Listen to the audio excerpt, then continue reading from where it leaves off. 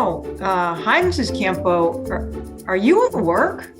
Yes, I am, Dr. James. I am at work, but I have time right now to speak with you, and I am in a fairly private area. So please, thank you so much for calling me. I'm really sorry, Mrs. Campo, but we can't have this visit when you're at work. We're really going to need to do it when you are in a more private area, like your house. Maybe we can figure out a way and reschedule this. Doctor, what do you mean reschedule? I can't possibly reschedule this appointment. I've been waiting for months for you to contact me, and I'm always at work.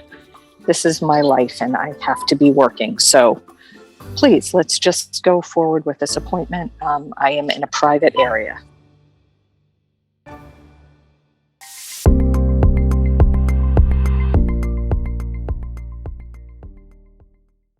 People come to us with different barriers and different challenges. And the solution is to anticipate those barriers and have a plan for overcoming them. And so preparing the patient for the visit beforehand is a vital part of success with virtual care. Whether that's a video visit, use of a remote monitoring technology like a blood pressure cuff or a heart rate monitor, we really have to make sure that we focus on the user experience and make sure that we can make that as joyful, as simple, and as reliable as possible. I think there's so many benefits for patients who can't afford a bus or a subway or cab fare to get to a doctor's office, can now see their doctor in their house, or single parents that don't have access to childcare and face the prospect of either taking kids with them to a doctor's office, which we know is not a good thing, or being able to do this at home and not have to worry about that. I would say one thing that we have focused on as an organization is ensuring that our deployments of telehealth don't exacerbate sort of existing inequities in healthcare. You need adequate infrastructure, broadband or cellular devices, and then you need digital literacy.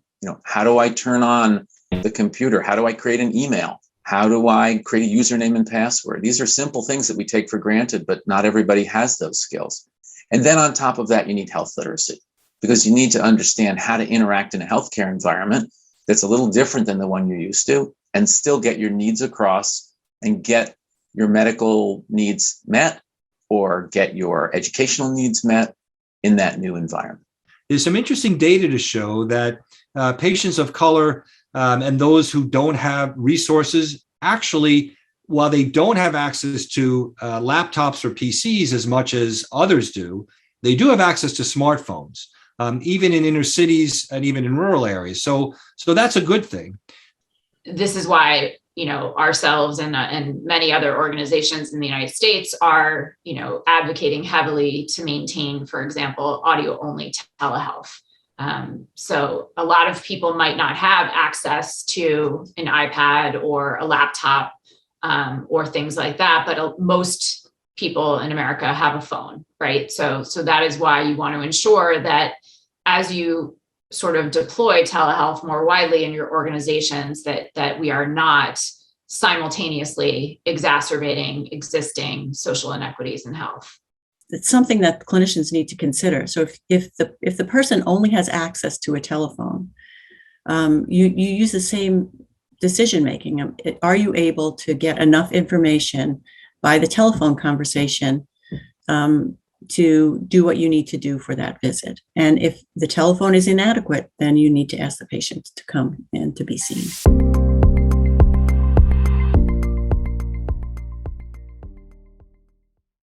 Virtual care made it possible for us to restore access to most of our patients who were locked out of our offices and our hospitals because of the infectious pandemic.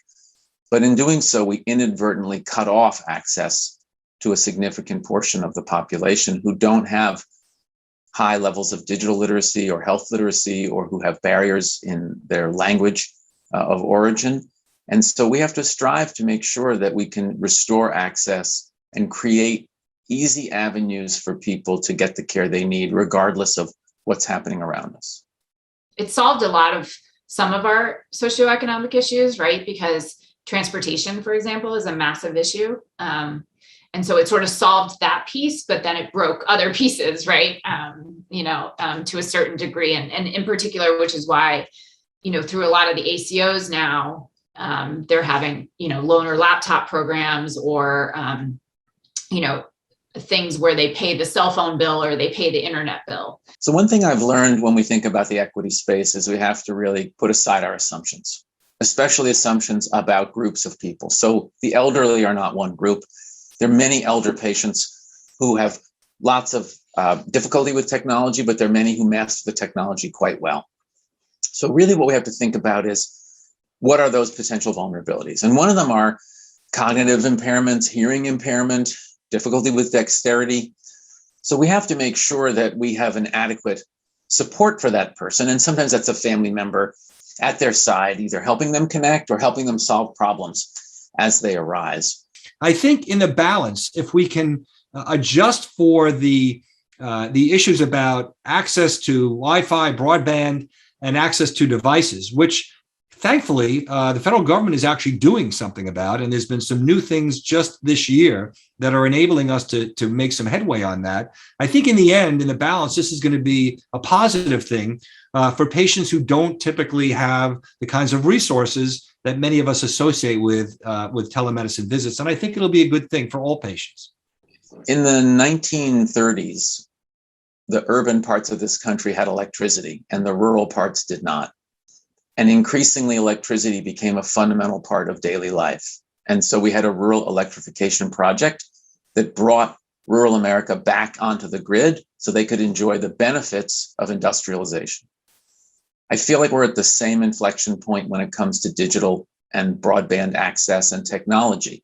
If we don't make a commitment to bring along the people who have been disenfranchised so far, we run the risk of that gap getting so wide that nobody can traverse it. So I think it's a moral imperative that we create digital literacy skills and access for every person in this country, citizen or not, so that they can have access to what is becoming now fundamental resources: jobs, benefits, healthcare. You can't function in this society without that now. And so you really have to make sure as a country that that access is ubiquitous.